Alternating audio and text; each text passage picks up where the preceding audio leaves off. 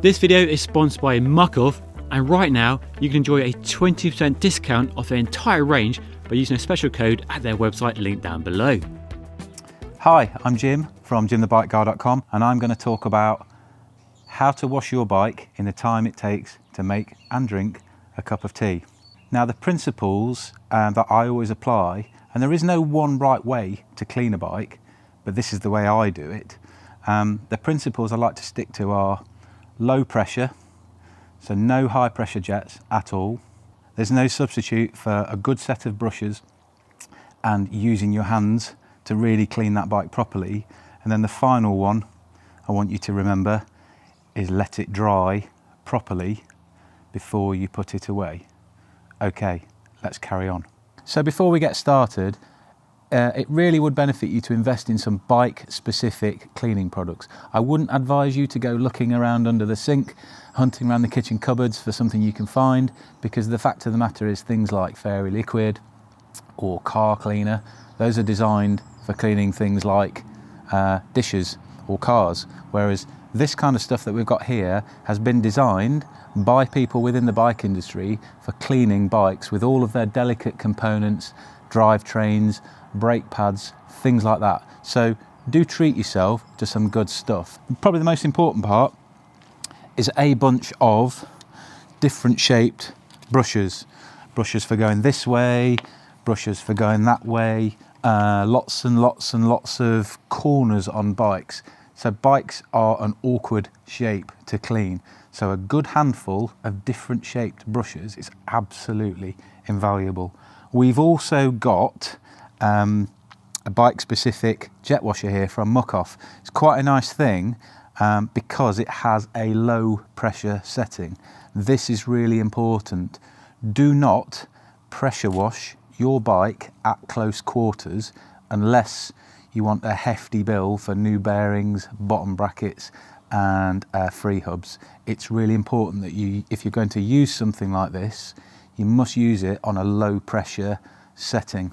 And that also applies to your garden hose. Garden hoses are perfectly okay to clean bikes with, but you must set it on a wide setting and at fairly low pressure. Imagine you're watering your nanny's roses. We've also got some lovely fast action bike cleaner with a spray nozzle on the top. That's what I'm going to be using in a minute. That's my favoured method. And this is a concentrated cleaner. So this is the bike equivalent of washing up liquid, except it's for bikes. Okay, let's do the first part. For this bit, I need three things. A device that dispenses water. In this case, I've got the muc-off pressure washer with the bicycle specific low pressure nozzle added onto it, but you might just have a garden hose on a wide spray. I need some cleaner in a spray bottle that I can snow foam onto the bike with. So again, low pressure. And I need my cup of tea as a timing device. So the first thing I'm going to do is I'm gently going to wet the bike from a distance at low pressure just to start the cleaning process off.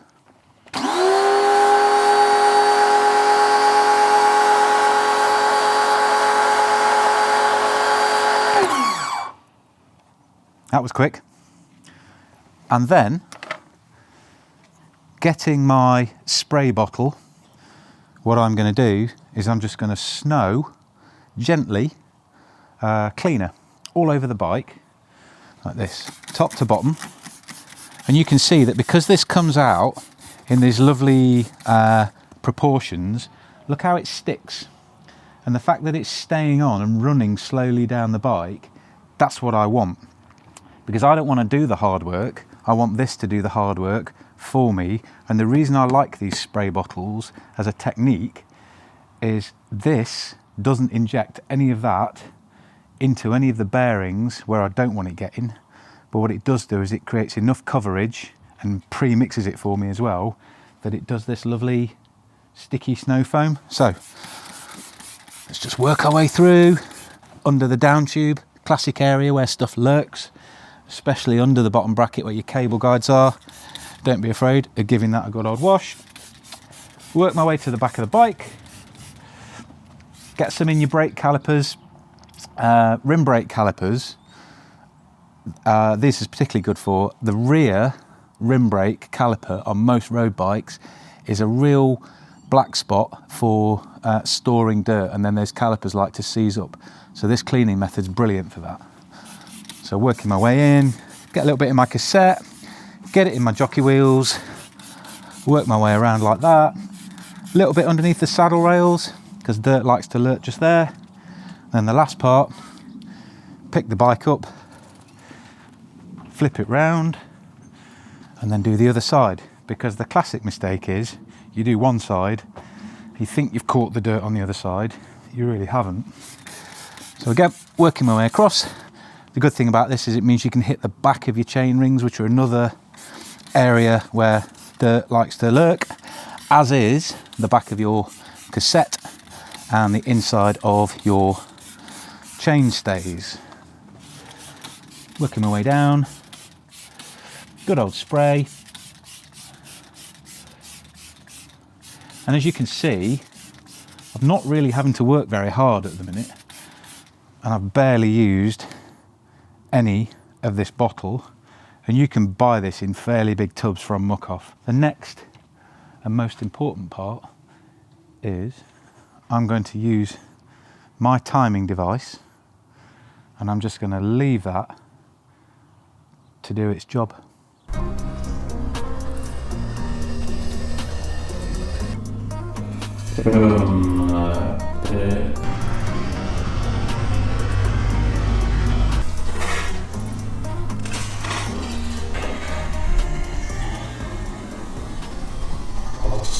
Cracking cup of tea, that. Awesome.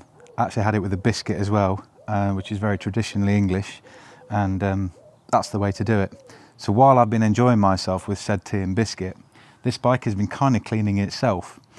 So the foam that I snowed all over it, one of the benefits of it being a bit viscous is that it flows slowly down all of those surfaces, and all of the stuff that is on the surface of your bike, sweat, bits of dried on energy gel, road tar, all that kind of gunge, it just cuts through it at its own pace without you really having to do the work. So that by the time you come to this bit, which I'm going to talk about now, probably 70% of the job's been done for you, and it's found its way into all those crannies. And the next part is going to be, we're going to make up a nice bucket of a soapy mixture, and we're going to get at it with a brush. And so for this, I'm going to use this plastic bucket. Awesome, isn't it? And I'm going to use this concentrated muc-off bike cleaner. Now the clue is in the name. It's quite concentrated, so do read the instructions on the back in terms of how much you should be using. It's good for me. And then I'm just going to fill my bucket up. And we can see straight away, look how that's foaming up nicely. And the bubbles actually help with the cleaning process. So I've cleaned quite a few bikes in my time, and I've found there's no real substitute for a brush this kind of shape, with a good handle on it, nice, long, soft bristles. Don't be tempted to use a brush with stiff, hard plastic bristles, because you'd be surprised how soft the paint is on most bikes, and it's very easy to mar it and abrade it. So this is a perfect brush for most applications. Let's get at it. You're working top down. Good old dunk. Across the top of the bars. And away we go. Classic place for dirt to accumulate is under here, because you don't realise the front wheel spray is painting the bottom of your headset. You can see that it's just sticking beautifully. Working my way along. Keep hold of the bike as you go. Best if you don't lean it against the wall, because all the time you're cleaning it, you'll be sanding the corner off of your bar tape. Round the edge of your wheels. Like that. Drivetrain. Back of the down tube all the way into the bottom bracket area. Sticking beautifully. Into there. Chain stays are quite a common place for dirt to accumulate. So the back of here where your chain is whacking it over the bumps. So pay particular attention to that. When it comes to cleaning your cassette, you might want to switch brushes, because unfortunately if you go doing your cassette at this point now with this, you're just going to then drag those contaminants across the bike. So I'm going to avoid the cassette for now, and then I'm going to switch brushes, come back to that later on. So carrying on, I mean, I'm covering ground really quick here. This brush is awesome, just the right tool. I'm quite happy to clean my rear derailleur gently. I don't want to bend my derailleur hanger by really going at it. But actually the body of the rear mech is robust enough and doesn't have any contaminants on it. So I'm quite happy to use that. Okay, as before, I'm going to flip the bike around, clean the other side.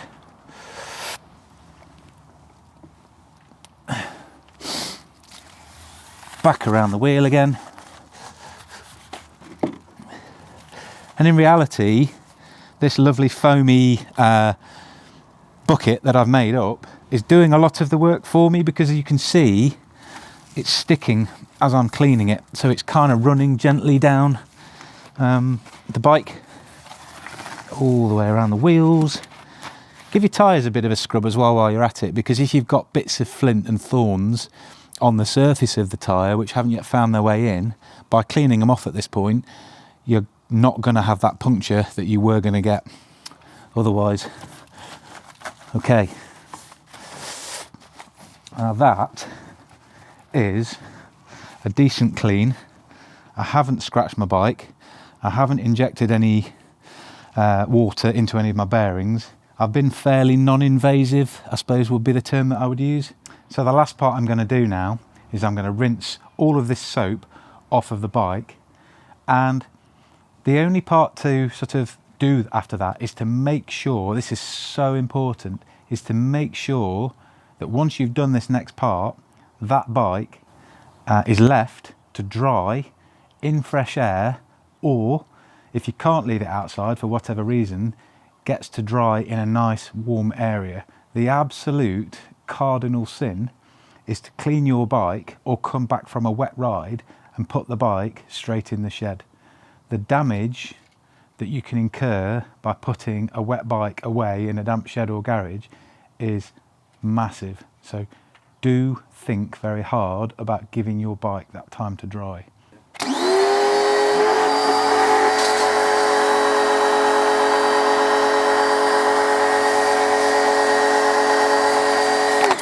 Ordinarily, that would be enough. So as long as you now allow that bike to dry naturally, either in free air or if you're lucky enough to have a radiator in your garage or something like that, that would be absolutely fine. However, we can really take this clean to the next level, so let's do that now. So we've done our bike wash within 1 cup of tea, but now we might want to take it to the next level if you've got time and if you want to be truly pro. So we are on to our 2nd cup of tea, because I really like tea, because I'm from the English Midlands where tea is king. So very nice. What I'm going to do now is I'm really going to put the cherry on the cake. So this bike's come up beautifully with that cleaning process, with all of that foam and all of that low pressure water and all of that brushwork. But there is really a final layer of polish that we can apply to this. And for this, you don't need much more than a good quality microfiber cloth like this one here. So it's very soft. It's got a nice pile to it, effectively. It isn't going to scratch my frame. It hasn't been used last week to wipe breadcrumbs off of a surface. It hasn't been used to clean the wheels on a truck. It's pretty clean. The other good thing about these is you can put them through the washing machine. So I keep buckets of these in my workshop and I'll rotate them from clean to dirty, because they're very good at cleaning bikes, but they're also quite good at taking the contaminants off the bike, which means the contaminant gets into the cloth. So make sure you use a nice, clean microfiber cloth. And quite simply, all I'm going to do is I'm just going to hand polish, because This has the lovely habit of finding the last little bits of dirt that maybe you didn't catch, if you like, and it dries the bike. So any little bits of water still kicking around, pooling in kind of the little nooks and crannies, catches those as well. We're just working our way around like that. And it just polishes it beautifully, takes the last little bit of contaminants off. Really be quite sort of physical with it. Get underneath the back of the fork crown and the lower headset bearing. Get inside. That, giving it a good work. Check the back of the cloth. Something was there, so it's worth doing. Working our way along. Try not to let this get too close to your drivetrain again, because effectively the last part of any bike you clean really should be the drivetrain, just because it's wearing so much oil. Yeah, nice hand polish, works beautifully on carbon. Really, really nice. This is working really, really well. Working my way around those wheels. On the subject of that, take your wheels out if you want, because there's no better way of getting up behind the bottom bracket, the back of the crankset, behind there. Pop your wheels out. That's really, really good. And the other thing that I often do once I've done this is I apply some kind of protecting treatment to the frame. There are various products on the market. So what I've got here is muc-off Bike Protect. Lovely. And this is basically like a spray protector. I guess it contains silicone or PTFE. The one limitation to the usage of these, and they're fantastic because effectively they waterproof and gunk proof your frame, and they stop the dirt sticking and make the next washing process much easier. But it's really important that you don't spray these products directly onto the bike, because there's every chance if you do that you'll contaminate your brake pads. So the way I do it is, once I've done wiping and drying that bike, is I spray it onto the cloth, and then I only treat the areas that I know aren't going to get contaminated.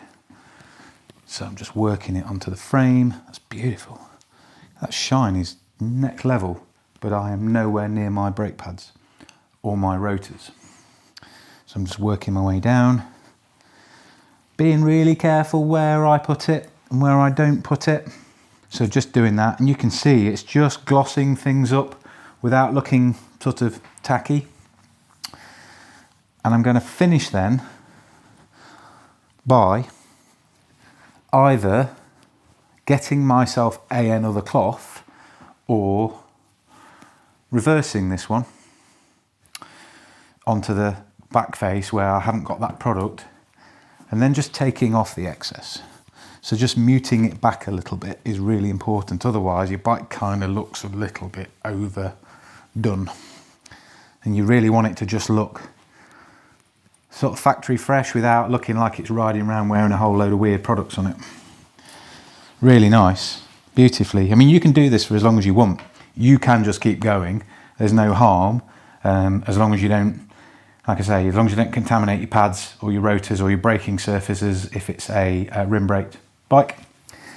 But if you've got the time to be doing this, then really this is how you get that kind of pro level finish. And it's quite surprising, you will find more dirt than you knew existed, especially if you take those wheels out. Just be prepared to switch cloths.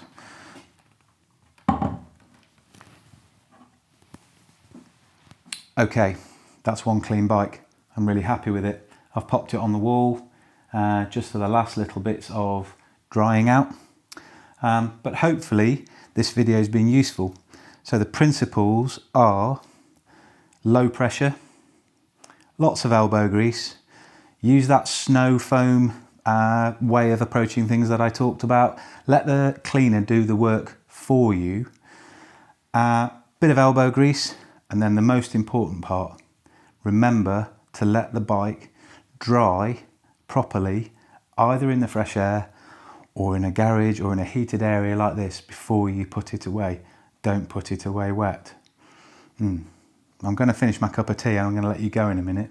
Hopefully you've enjoyed this video. I've been Jim from jimthebikeguy.com. If you have any comments, please do put them below and let us know how you found it. Don't forget to like and subscribe to the video, and don't forget to tell your friends. Cheers. What is my favourite tea of choice? Builders with a biscuit, Garibaldi. Brilliant. That'd be the